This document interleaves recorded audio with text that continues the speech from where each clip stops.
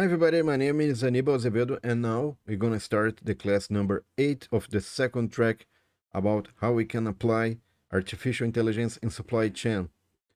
So in this video I will show how we can make a little different change in the first rule. If you didn't see the video that I talked how you can produce a load rule and then explain detail how you can code the first loading rule.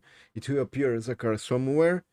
Okay, so now I'm gonna show my screen. Remember that in the description of this video, all codes are available and can save, download, copy, or test in your own Google Colab environment. I already explained it in the first video and previously videos how you can access the Google Colab environment. Okay, so that's my code here. This code I finished on the first track. So in the first track, I already explained how you can produce a container ship class. This class is very important. I'm executing these commands here by clicking here to play. And I should have this class because this class will explain how to draw a regular space that we represented the container ship, used to represent container ship. And this, we have here the second loading rule. And as I said, I will use the code of the first loading rule. Okay, I can copy here. So what I can change here, I can change the order of this, how to search an empty space. Okay, so I can change this, can be changed.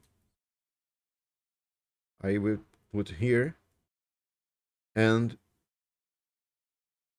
okay. So what's important, if I change the order, I have also to change the updates.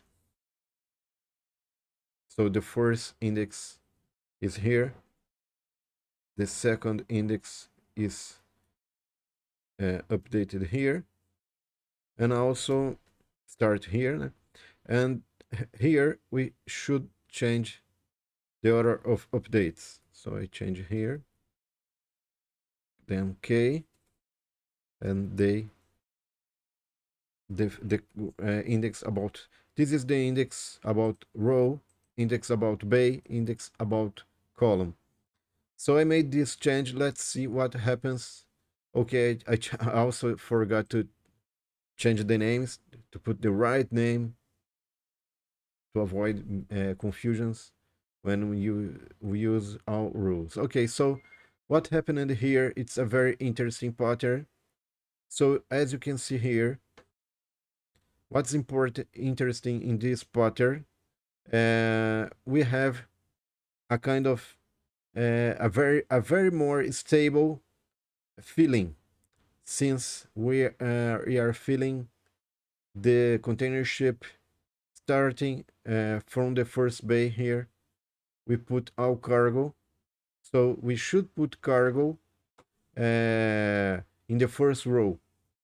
So this first row index will be used until we find the last column of the last bay. Okay, so if you change this, put the order of these loops, we will produce another interesting result. That's it.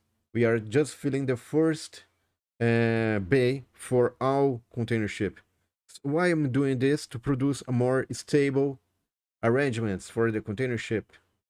And also we keep container ships in a manner that we minimize the reorder. In fact, we don't have to reorder the containers because they are ordered in a manner that we don't need to reorder these columns. Okay, so this is the rule number 5.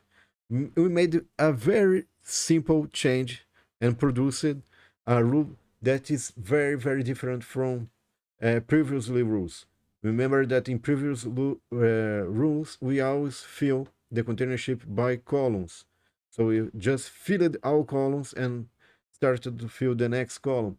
Here it's a different manner to fill the container ship. This is interesting if you want to minimize the instability. You can also compute the instability of each arrangement of containers in the container ship, but we will not make this at this moment, okay? So I have just one more loading rule that I will explain in the next video.